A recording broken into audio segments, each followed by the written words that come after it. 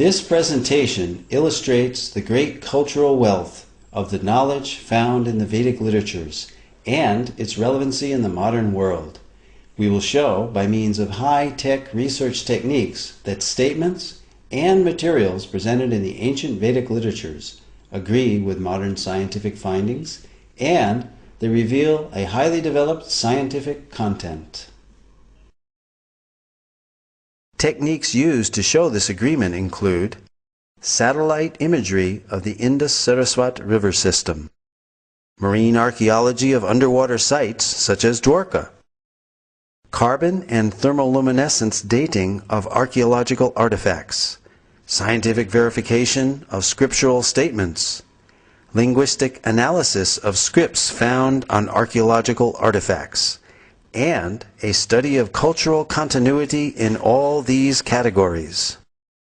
Early Indologists wished to control and convert the followers of Vedic culture. Therefore, they widely propagated that the Vedas were simply mythology. Max Muller, perhaps the most well-known early Sanskritist and Indologist, although later in life he glorified the Vedas, initially wrote that the Vedas were worse than savage, and India must be conquered again by education. Its religion is doomed. Thomas Macaulay, who introduced English education into India, wanted to make the residents into a race that was Indian in blood and color, but English in taste, in opinion, in morals, and in intellect. However, the German philosopher Arthur Schopenhauer stated that the Sanskrit understanding of these Indologists was like that of young schoolboys. These early Indologists devised the Aryan Invasion theory, denying India's Vedic past. They taught that the English educational system is superior. They intentionally misinterpreted Sanskrit texts to make the Vedas look primitive. And they systematically tried to make Indians ashamed of their own culture. Thus, the actions of these Indologists seems to indicate that they were motivated by a racial bias. Innumerable archaeological findings and their analysis have recently brought the Aryan Invasion theory into serious question. This theory is still taught as fact in many educational systems despite much contrary evidence. The Aryan Invasion theory is that the Vedic Aryans entered India between 1500 and 1200 BCE. They conquered the native Dravidian culture by virtue of their superiority due to their horses and iron weapons. They imported the Vedic culture and its literatures. This Aryan Invasion theory, however, deprives the inhabitants of India of their Vedic heritage. The wealth of their culture came from foreign soil. The Aryan Invasion theory raises an interesting dilemma called Frawley's paradox. On the one hand, we have the vast Vedic literature without any archaeological finds associated with them. And on the other hand, we have 2,500 archaeological sites from the Indus-Saraswat civilization without any literature associated with them. A preponderance of contemporary evidence now seems to indicate that these are one and the same cultures. This certainly eliminates this paradox and makes perfect sense to an unbiased researcher. Facts which cast serious doubt on the Aryan Invasion theory are: there is no evidence of an Aryan homeland outside of India mentioned anywhere in the Vedas.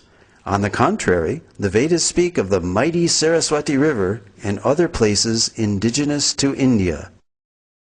To date, no evidence for a foreign intrusion has been found, neither archaeological, linguistic, cultural, nor genetic.